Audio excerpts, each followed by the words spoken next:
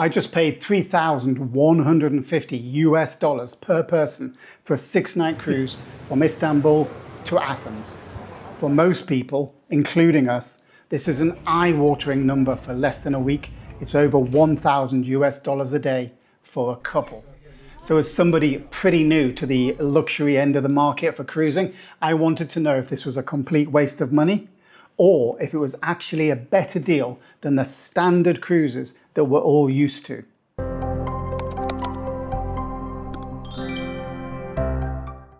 So today I'm breaking down the math, the Anthology factor, how this compares to Princess, Royal Caribbean and Celebrity, and to see if that $525 a night is actually a steal or a rip-off. And to see if that's a good deal, we need to look at the numbers. So if you book a standard balcony on a 6-night or 7-night Mediterranean cruise in 2026, here is what you're actually paying for. So let's start with Royal Caribbean. You might see a base fare of about $1,200 to $1,400. But if you start adding on all the things that you get in a luxury cruise, like the deluxe beverage package, $80 a day, depending how long your cruise is. Wi-Fi, which is going up at the moment at $25 a day for one device. And then gratuities, you're already at $1,950 per person. With Princess, using the Princess Plus package, which includes drinks and Wi-Fi, a 6-night balcony or 7-night balcony usually lands about the same price, between $1,800 and $2,100. With Celebrity, you get the all-included pricing. You're looking at roughly, depending where you're going and what time of year, $2,300 to get the drinks and to get the Wi-Fi.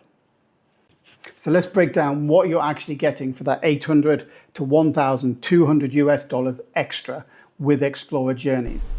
Now, you aren't just getting a bigger room because it's a suite, though it is bigger and it is nicer.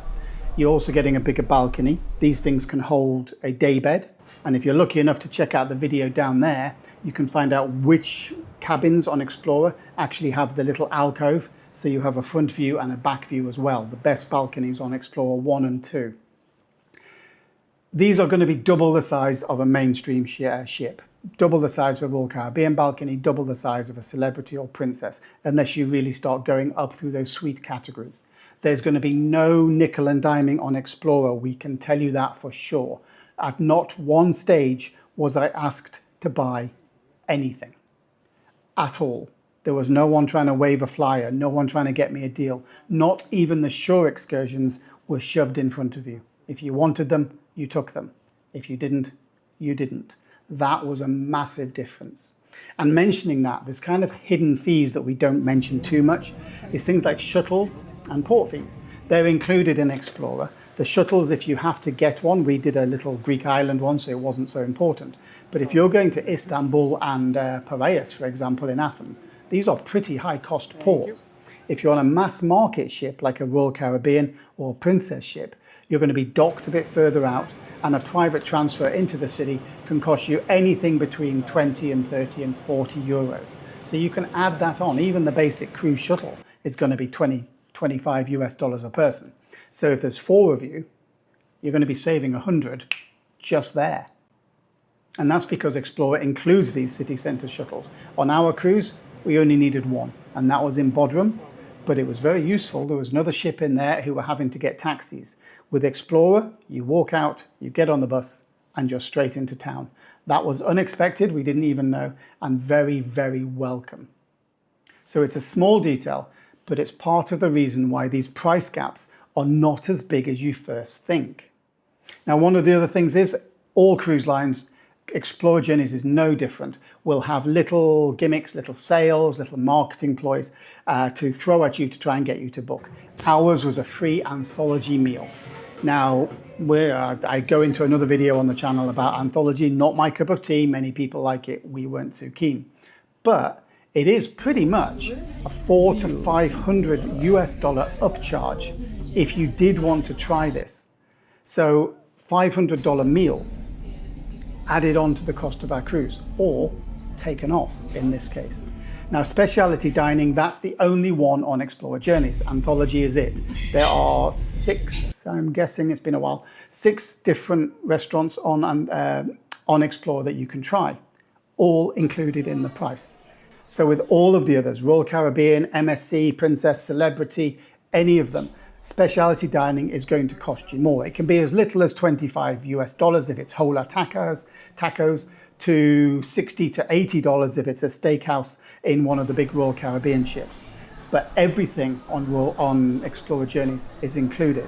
So if you are someone who likes to go to the specialty meals, add on $200-300 per person for your cruise if that's what you do. On Explora and the other luxury lines, it's included. Okay, the space ratio. This is something you can't really put into money terms, more into peace of mind or relaxation terms.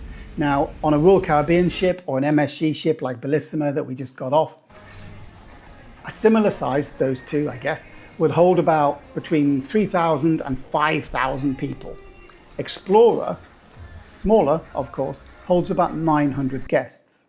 Now, this space to guest ratio is one of the highest in the whole of the cruise industry, and it means you're not queuing for the buffet.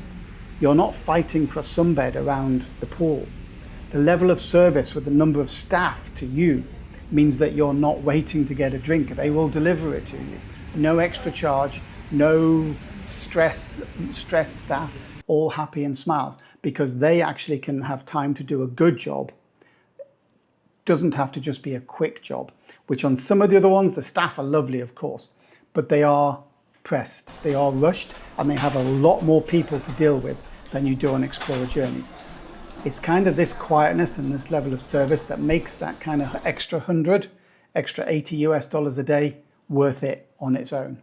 It's a very different experience to a high energy, high impact, crowded atmosphere of Princess or Royal or Celebrity. Now, one of the reasons that we are doing this video is because I've been looking at the next cruise, the next Explora cruise, the next luxury cruise, and I was getting a bit panicky thinking, oh my God, the prices have gone up so much. But actually, I think we did get lucky with the price that we paid. Now I think that, but those prices still exist, especially in the Caribbean, especially on the shoulder seasons. Now also, the further you book in advance, you can perhaps get a sweet invitation promotion where they'll offer either 30% savings, or even category upgrades. So you book an Ocean Terrace, but you get a Grand Ocean Terrace, or you book a Grand Ocean Terrace and you get one of the penthouse suites. Now, this one is pretty big. It's for the solo travelers. The biggest hack in 2026 for Explora Journeys is on select journeys. They're waiving any solo supplements. So these luxury lines are currently desperate for solo travelers on certain Mediterranean routes. And if you're traveling alone, Explora can actually be cheaper than a Princess or a Celebrity cruise because you aren't paying that 200% at most, or maybe 50% or 100% single person penalty.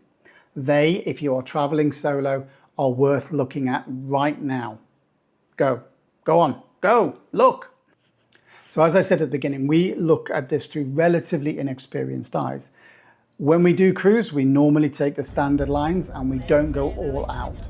Explora was one of those things that we thought, let's try it. And we liked it, but it is hard for us to justify $500 until you start to add up the add-ons from the other ships, adding on the Wi-Fi, adding on the spa, adding on the shuttles, adding on the special meals, adding on Wi-Fi. And all of a sudden, these two big prices that look so far apart start to come together. Now, of course, it will always be more expensive for a luxury cruise. Of course it will. But you don't just get those things. You get more space, better service, better ships, better quality. And you have to kind of look at that and think, can I justify maybe $50 a night, maybe $80 a night extra to actually move from a standard balcony cabin to a suite that's double the size with all those luxuries included. And if you can get a good deal, then that's probably worth looking at. So the days of kind of like the introductory luxury price are fading, but for now, the math still works. If you can land a suite for under 500 US dollars a night in 2026, you're getting a level of value that big ships, really they can't match. They will be cheaper, but the level of value is not there anymore. Standard cruisers are going up, luxury is kind of holding, and you're actually getting to the stage where you'll get more money or more value for your money over on this side than on this side. So we put the details of the video for the best balcony down in the description. We've also put the links to some of the deals that they're offering, so you can check those out for yourself if you're a solo traveler or if you want the cabin upgrade. These deals will change. We are recording this in February 26, so by the time you watch this, if it's in 3 months, they might have a new deal. It's worth checking out. So you guys watching this tend to be much more experienced than we are, and you can let me know in the comments below, is 1,000 US dollars a day for a couple on a luxury cruise a good deal, or was it still a waste of money? So we'll catch you in the next video. Don't forget to press the buttons below, and we'll see you in the next video. Goodbye.